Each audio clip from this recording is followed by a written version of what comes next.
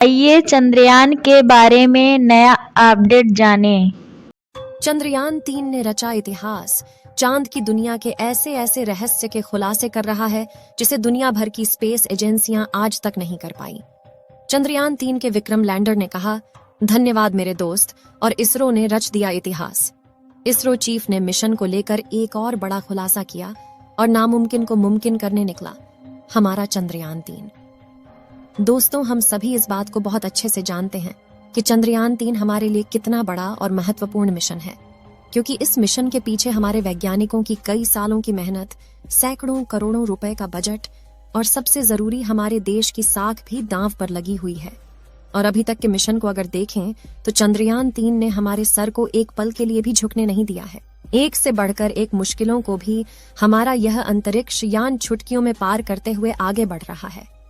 इसी सिलसिले में चंद्रयान ने फिर से एक ऐसा कारनामा कर दिखाया है जिससे हम सभी भारतवासियों का सीना गर्व से चौड़ा हो रहा है। लेकिन सोचने वाली बात तो यह है कि अब वह घड़ी दूर नहीं है जिस पर आकर हमारा चंद्रयान 2 फेल हुआ था। चंद्रयान 3 के लिए आगे की स्थिति बहुत ज्यादा भयानक और खतरनाक होने वाली है, जिससे वैज्ञानिकों को इस मुश्किल पड़ाव से सामना करते हुए चंद्रयान 3 की सफलतापूर्वक सॉफ्ट लैंडिंग करानी है।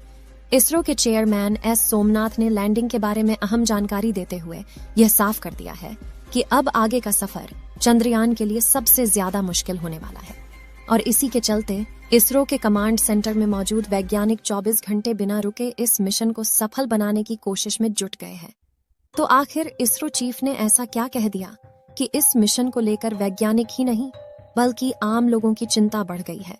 चंद्रयान ने ऐसा क्या कारनामा किया है, दुनिया भर में लोग इसके सफल की कसीदे गढ़ रहे हैं, और अब आगे सॉफ्ट लैंडिंग करने के लिए इसको कौन कौन सी चुनौतियों का सामना करना होगा, ये सब कुछ आज हम आपको बताने वाले हैं, इसलिए वीडियो को अंत तक जरूर देखें।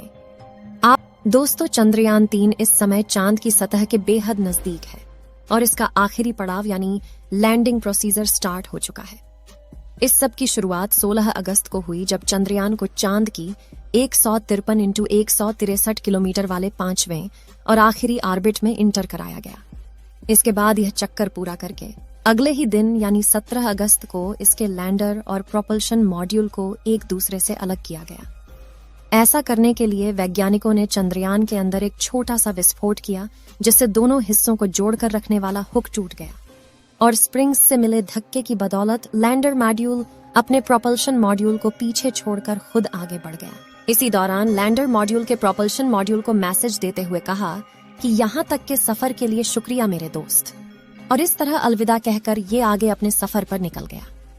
इसके बाद अगले 24 घंटों तक लैंडर और प्रोपल्शन मॉड्यूल की कक्षा में एक दूसरे के आगे पीछे चक्कर काटते रहे, और फिर सही मौका देखकर 18 अगस्त को वैज्ञानिकों ने लैंडर की डी बूस्टिंग स्टार्ट कर दी, जिससे ये एक और छोटे ऑर्बिट में आ गया, साथ ही उसकी गति भी कम कर दी गई।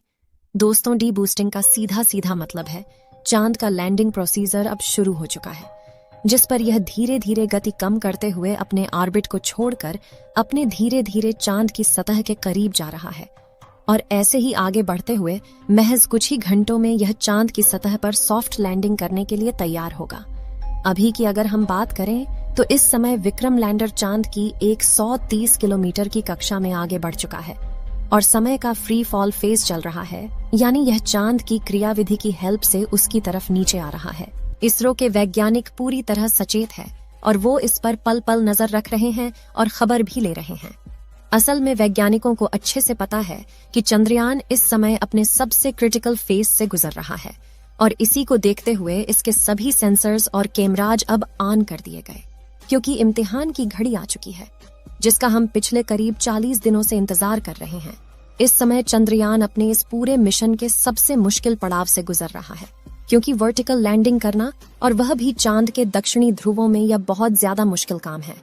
अब जिन लोगों को नहीं पता उन्हें हम बता दें कि विक्रम लैंडर चांद की सतह पर वर्टिकली यानी सीधा खड़ा होकर लैंड करने वाला है, जो हॉरिजेंटल लैंडिंग की तुलना में काफी ज्यादा मुश्किल होता है।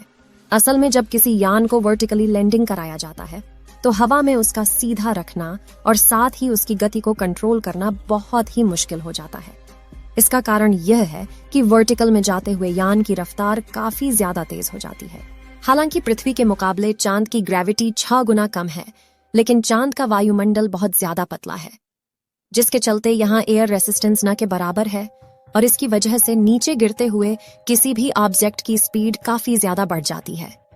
इसी लैंडिंग प्रोसीजर को लेकर इसरो चेयरमैन सोमनाथ ने भी एक बहुत बड़ी बात कह डाली। उन्होंने कहा कि 30 किलोमीटर की ऊंचाई से नीचे चांद पर आने वाले लैंडर की रफ्तार को 0 पर लाना और साथ ही से हॉरिजेंटल से वर्टिकल पोजीशन में मोड़ना, यह मिशन का सबसे मुश्किल काम है। असल में दोस्तों, चांद की सतह से 30 किलोमीटर की ऊंचाई पर आने तक हमारा विक्रम लैंडर मॉड्यूल तुरंत ही आगे बढ़ेगा, लेकिन इस पॉइंट पर आकर इसे अपनी पोजीशन या कहे अपनी अवस्था बदलकर वर्टिकल होना होगा। इसके लिए लैंडर में लगे रेट्रो बूस्टर को ऑन किया जाएगा, लेकिन यह काम काफी ज्यादा कैलकुलेशन का होने वाला है, क्योंकि बूस्टर को अगर आवश्यकता के अनुसार जितनी जरूरत है उतनी मात्रा और उतनी देर तक फायर नहीं किया गया तो लैंडर वर्टिकल नहीं हो पाएगा। वहीं अगर गलती से इंजन को जरूरत से ज्यादा पावर से फायर कर दिया गया तो लैंडर पूरा गोल गोल घूम जाएगा और ऐसा होने पर संतुलन खोकर यह क्रैश भी हो सकता है। और मुश्किल यहीं खत्म नहीं होगी, क्योंकि मान लो अगर लैंडर को वर्टिकली सीधा खड़ा भी कर लिया गया, तब भी इसकी नीचे गिरने की स्पीड को कंट्रोल करना एक बेहद ही मुश्किल टास्क होगा, क्योंकि सटीक कैलकुलेशन करके इसकी गति को इस हिसाब से कम करना है कि चांद की सतह पर टच करने से जस्ट पहले यह 0 हो जाए। इन सब के दौरान लैंडिंग साइट को ढूंढना, लैंडिंग के लिए तय की गई जगह ठीक है या नहीं, इसका पता लगाना, और अगर जगह ठीक नहीं है तो कोई दूसरी जगह तलाश करना, ये सब चीजें भी होती रहेंगी। इसलिए खुद इसरो चीफ ने इसको मिशन का सबसे मुश्किल काम बताया है, और यही वजह है कि वैज्ञानिक दिन रात मेहनत करके एक एक पल के हर एक मूवमेंट पर नजर रखे हुए हैं, ताकि कोई छोटी सी गड़बड़ी होने पर भी तुरंत एक्शन लिया जा सके। वैसे हमारे वैज्ञानिक पर हम पूरा भरोसा करते हैं कि जैसे उन्होंने मिशन के पिछले सभी बाधाओं को पार किया, वैसे ही इस चैलेंज को भी पार कर लेंगे, क्योंकि एक तो हमारे वैज्ञानिक बहुत ज्यादा काबिल है, जिसमें कोई शक की बात नहीं है, और दूसरा इनके पास चंद्रयान 2 के फेलियर का एक्सपीरियंस भी है। आपको बता दें, आज से 4 साल पहले चंद्रयान 2 का विक्रम लैंडर अपने लैंडिंग प्रोसीजर के दौरान क्रैश हुआ था। इसलिए इस मिशन में क्या गलतियां पहले हुई और क्या गलतियां आगे हो सकती हैं, इन सब के बारे में वैज्ञानिकों को बहुत अच्छे से पता है, और अपने पिछली सभी गलतियों को सुधार करके ही चंद्रयान 3 मिशन को लॉन्च किया गया है।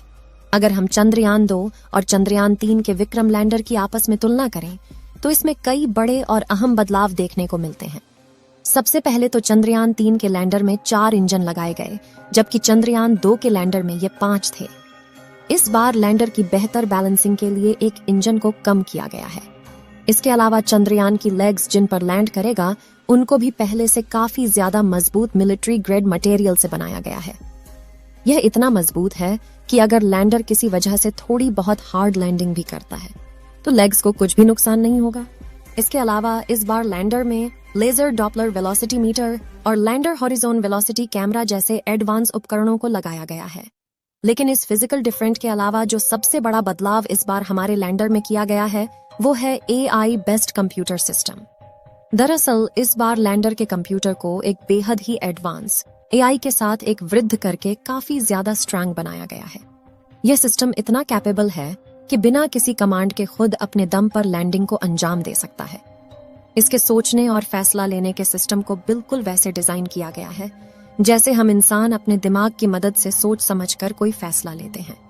तो दोस्तों, इस बार हमारा चंद्रयान 3 का लैंडर 23 अगस्त के दिन शाम 6:04 पर लैंडिंग करने वाला है। इस काम को सफल बनाने वाले इसरो के वैज्ञानिकों को कमेंट में बधाई देना बिल्कुल ना भूलें। चलिए दोस्तों, इस वीडियो को यहीं पर खत्म करते हैं। इस वीडियो को एक लाइक जरूर करें और अपने मित्रों तक इस वीडियो को शेयर करें, ताकि उन्हें भी जानकारी मिल सके, और अपने भरोसेमंद चैनल को सब्सक्राइब जरूर करें और बेल आइकन को ऑल पर सिलेक्ट करना बिल्कुल ना भूलें। मिलते हैं किसी और नॉलेजेबल वीडियो के साथ। वीडियो को अंत तक देखने के लिए धन्यवाद।